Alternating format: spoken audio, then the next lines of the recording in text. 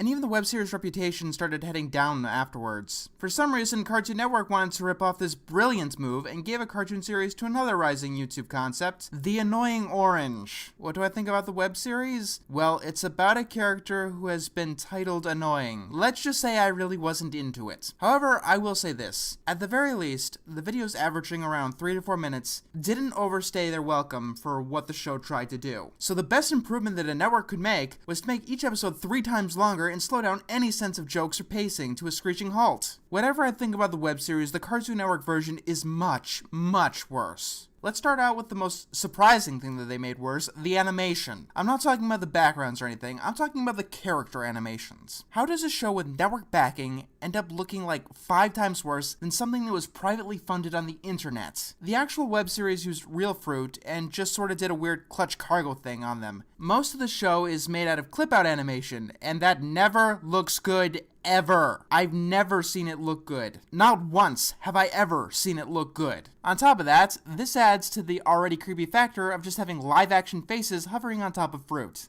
Give breadwinners this. At least the actual cartoon is animated better than the web version. Like most cartoons, this one has a theme song.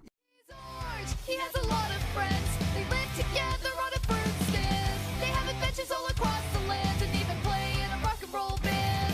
It is absolutely terrible. I'm sorry, but your singing is just off. The lyrics are shit, and the genre is about 20 years out of date. This episode begins with all the fruit playing volleyball, with Pear, this show's resident Megward the Wizard, looking for a place to rest. I get the point of the character is to have the orange as annoying as possible, I get that. And they have done an absolutely wonderful job. However, the point of the problem solvers was to have as many bright flashy colors as possible, and they did a wonderful job with that as well. But he didn't even fall. That pun makes no sense. And here we get to the most major problem of the show, the one you could have seen from a mile away. Almost every single joke in the show is a pun. A terrible pun. It's terrible puns for 11 minutes, 60 episodes, which total to 2 seasons. At an average of 6 puns per minute, that's almost 4,000 puns that the show has spat out. And not one of them is funny.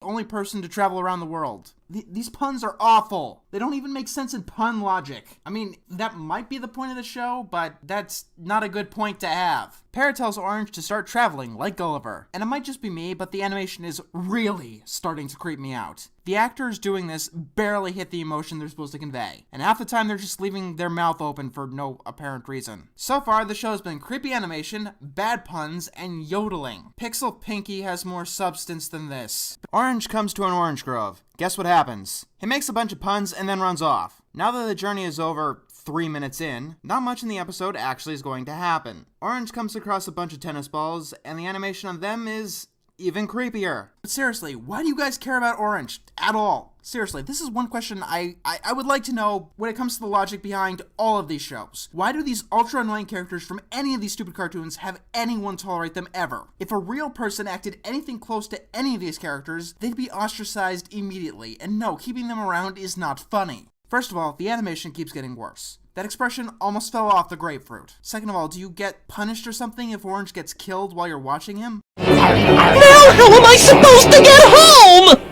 You cannibals! Okay, considering you're playing the crickets here, please, almighty show, enlighten me. Why is that one pun there worse than every other pun the show has ever spat out? I might be stupid, but I cannot tell the difference at all between that pun and every other pun in the episode. But the little bits of this plot that are there absolutely rely on you not knowing anything about tennis. It's clearly established that Orange doesn't know what tennis is. You know what, this isn't even worth any sort of thought. My brain hurts. They really gave this guy a show. I mean, in every single episode of the web series, you're just waiting for the knife to come after him. And then when you realize it doesn't, you wonder what you're doing with your life. And then you get really depressed and... Never mind. I'm going to relax with some Fruit Ninja while enjoying a nice bowl of fruit salad that I am going to grievously make myself. And I am going to go absolutely psycho with that knife.